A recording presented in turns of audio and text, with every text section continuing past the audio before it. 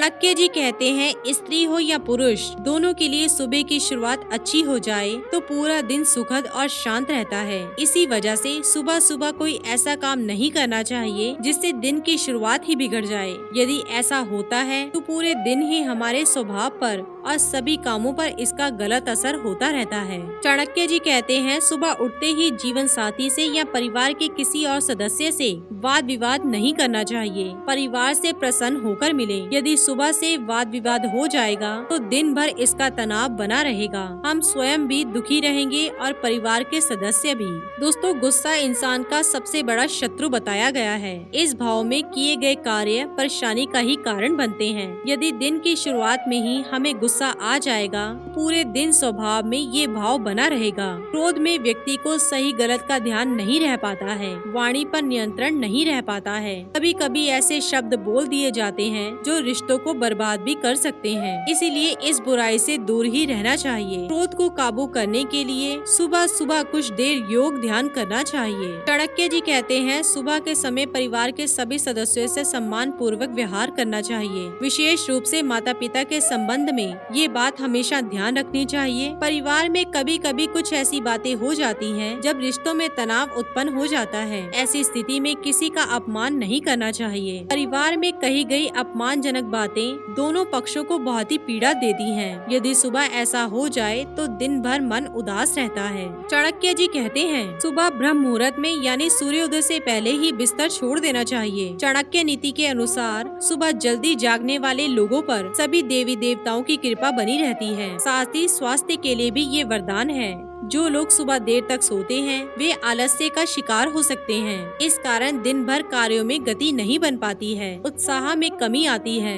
सुबह देर तक सोना स्वास्थ्य के लिए भी हानिकारक है। मोटापे की समस्या हो सकती है और त्वचा की चमक कम हो सकती है। दोस्तों, ये बात तो सभी जानते हैं कि झूठ नहीं बोलना चाहिए, लेकिन फिर भी अधिकांश लोग झूठ बोलते हैं। कम से कम सुबह सुबह तो झूठ नहीं बोलना चाहिए। यदि दिन की शुरुआत ही झूठ के साथ होगी तो पता नहीं दिन में कितने झूठ बोलने पड़ सकते हैं। झूठ बोलना भी पाप ही माना जाता है, इससे बचना चाहिए। विशेष रूप से माता पिता को इस बात का ध्यान रखना चाहिए कि बच्चों के सामने झूठ ना बोलें, क्योंकि बच्चे जैसा देखेंगे वैसा ही करेंगे। दिन की शुरुआत सत्य का आचरण करते हुए ही करना चाहिए। सत्य का आचरण करना यानी सच बोलना है। दोस्तों, चाणक्य नीति में कई ऐसे उदाहरण दिए गए हैं जिनसे यह सीख सकते हैं कि सुखी जीवन के लिए कौन कौन सी बातों से बचना चाहिए। चाणक्य जी कहते हैं, किसी भी चीज में बहुत अधिक मोह होना भी परेशानियों का कारण बन जाता है। कई लोग मोह के कारण सही और गलत का भेद भूल जाते हैं। मोह को जड़ता का प्रतीक माना गया है। जड़ता यानी वह व्यक्ति को आगे बढ़ने नहीं देता, बांध कर रखता है। मोह में बंधा हुआ व्यक्ति अपनी बुद्धि का उपयोग भी ठीक से नहीं कर पाता है। यदि व्यक्ति आगे नहीं बढ़ेगा तो कार्यों में सफलता नहीं मिल पाएगी। दोस्तों, धृतराष्ट्र को दुर्योधन से और हस्तिनापुर के राजपाट से अत्यधिक मोह था। इसी कारण धृतराष्ट्र अपने पुत्र दुर्योधन द्वारा किए जा रहे अधार्मिक कर्मों के लिए भी मौन रहे। इस मोह के कारण कौरव वंश का सर्वनाश हो गया। आगे आचार्य चाणक्य जी कहते हैं, अहंकार यानी स्वयं को श्रेष्ठ समझना और दूसरों को तुच्छ। जो लोग सिर्फ अपने अहं के भाव के साथ जीते हैं वे जीवन में कभी भी सफलता हासिल नहीं कर पाते हैं। यदि किसी काम में सफलता मिल भी जाती है तो वह स्थायी नहीं होती। अहं की भावना व्यक्ति के पतन का कारण बनती है और अहंकार के कई उदाहरण शास्त्रों में दिए गए हैं। रावण ने श्री राम को तुच्छ समझा था, दुर्योधन ने सभी पांडवों को तुच्छ समझा था। परिणाम सामने है, रावण और दुर्योधन का अंत हुआ। चाणक्य जी कहते हैं, किसी भी काम में सफलता पाने के लिए सही ज्ञान होना आवश्यक है। अज्ञान या अधूरा ज्ञान हमेशा परेशानियों का कारण बनता है। अतः व्यक्ति को सदैव ज्ञान अर्जित करने के प्रयास करते रहना चाहिए। ज्यादा से ज्यादा जानकारी होगी तो हमारा दिमाग अच्छे बुरे समय में सही निर्णय ले सकेगा। सही और गलत में से सही को चुनना तो सरल है, लेकिन दो सही बातों में से ज्यादा सही कौन सी बात है ये जानने के लिए ज्ञान होना बहुत जरूरी है। पर्याप्त ज्ञान रहेगा तो हम अवसरों को समय पर पहचान सकेंगे और उनसे लाभ प्राप्त कर पाएंगे। अज्ञान या अधूरा ज्ञान किस प्रकार की हानि पहुंचाता है, इसका श्रेष्ठ उदाहरण महाभारत में देख सकते हैं। जब कौरवों की ओर से चक्रव्यूह रचना की गई थी तब अभिमन्यु ने इसे भेदा था।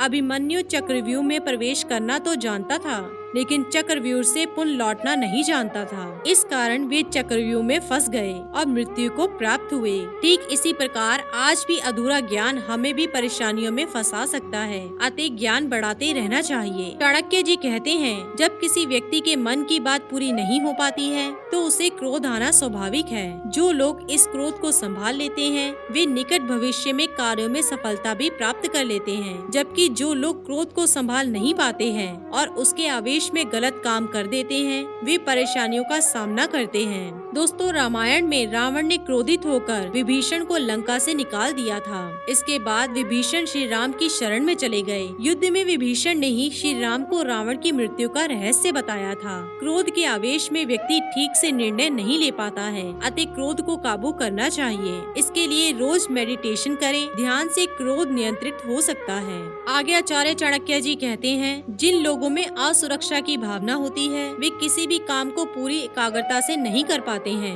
हर पल स्वयं को असुरक्षित महसूस करते हैं और खुद को सुरक्षित करने के लिए सोचते रहते हैं। दोस्तों, राजा कंस को जब आकाशवाणी से यह मालूम हुआ कि देवकी की 8वीं संतान उसका काल बनेगी तो वह डर गया। कंस मृत्यु के भय से असुरक्षित महसूस करने लगा। इस भय में उसे देवकी की संतानों को जन्म होते ही मार दिया। कई ऐसे काम किए जिससे उसके पापों का घड़ा भर गया। लाख प्रयासों के बाद भी वह श्री कृष्ण को नहीं मार पाया और उसी का अंत हुआ। दोस्तों, आगे आचार्य चाणक्य जी अपनी एक नीति में कहते हैं, एक पंडित भी घोर कष्ट में आ जाता है यदि वह किसी मूर्ख को उपदेश देता है। यदि वह एक दुष्ट पत्नी का पालन पोषण करता है या किसी दुखी व्यक्ति के साथ अत्यंत घनिष्ठ संबंध बना लेता है। चाणक्य जी कहते हैं, व्यक्ति को आने वाली मुसीबतों से निपटने के लिए धन संचय करना चाहिए। उसे धन संपदा त्याग कर भी पत्नी की सुरक्षा करनी चाहिए। लेकिन यदि आत्मा की सुरक्षा की बात आती है तो उसे धन और पत्नी दोनों को तुच्छ समझना चाहिए। चाणक्य जी कहते हैं, उस देश में निवास ना करें जहाँ आपकी कोई इज्जत नहीं हो, जहाँ आप रोजगार नहीं कमा सकते,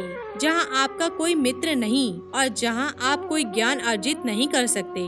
चाणक्य जी कहते हैं, नौकर की परीक्षा तब करें जब वह कर्तव्य का पालन ना कर रहा हो। रिश्तेदार की परीक्षा तब करें जब आप मुसीबत में घिरे हों। मित्र की परीक्षा विपरीत परिस्थितियों में करें और जब आपका वक्त अच्छा ना चल रहा हो तब पत्नी की परीक्षा करें। जो व्यक्ति किसी नाशवंत चीज के लिए कभी नाश नहीं होने वाली चीजों को छोड़ देता है तो उसके हाथ से अविनाशी वस्तु भी चली जाती है और इससे कोई संदेह नहीं कि नाशवंत को ही वह खो देता है। चाणक्य जी कहते हैं, एक बुद्धिमान व्यक्ति को किसी इज्जतदार घर की अविवाहित कन्या से किसी व्यंग होने के बावजूद भी विवाह करना चाहिए। उसे किसी हीन घर की अत्यंत सुंदर स्त्री से भी विवाह नहीं करना चाहिए। शादी विवाह हमेशा बराबरी के घरों में ही उचित होता है। अगर हो सके तो विष में से भी अमृत निकाल लें। यदि सोना गंदगी में भी पड़ा हो तो उसे उठाएं, धोएं और अपनाएं। निचले कुल में जन्म लेने वाले से भी सर्वोत्तम ज्ञान ग्रहण करें। उसी तरह यदि कोई बदनाम घर की कन्या भी महान गुणों से संपन्न है और आपको कोई सीख देती है तो ग्रहण करें। चाणक्य जी कहते हैं, इस दुनिया में ऐसा किसका घर है जिस घर में कोई कलंक नहीं?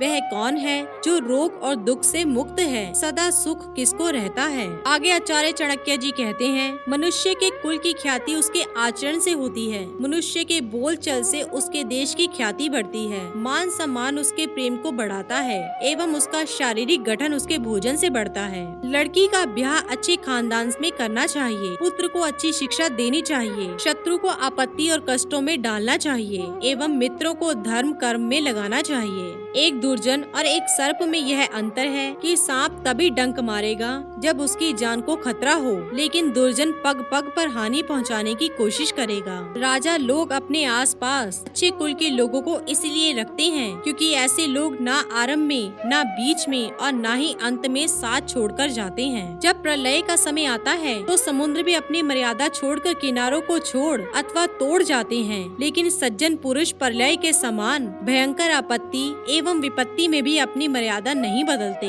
चाणक्य जी कहते हैं, मूर्खों के साथ मित्रता नहीं रखनी चाहिए, उन्हें त्याग देना ही उचित है, क्योंकि प्रत्यक्ष रूप से वे दो पैरों वाले पशु के समान हैं, जो अपने धारदार वचनों से वैसे ही हृदय को छलनी करता है जैसे अदृश्य कांटा शरीर में घुसकर छलनी करता है। तो दोस्तों, ये थे आचार्य चाणक्य जी के कुछ बेहद अनमोल विचार। इसी के साथ ही दोस्तों, अगर आपको ये वीडियो पसंद आया हो तो इसे आप लाइक कीजिए, अपने दोस्तों रिश्तेदारों के साथ शेयर कीजिए और सब्सक्राइब कीजिए। साथ ही साथ बेल आइकन को प्रेस करें ताकि नया नोटिफिकेशन आप तक सबसे पहले पहुंच सके। धन्यवाद दोस्तों।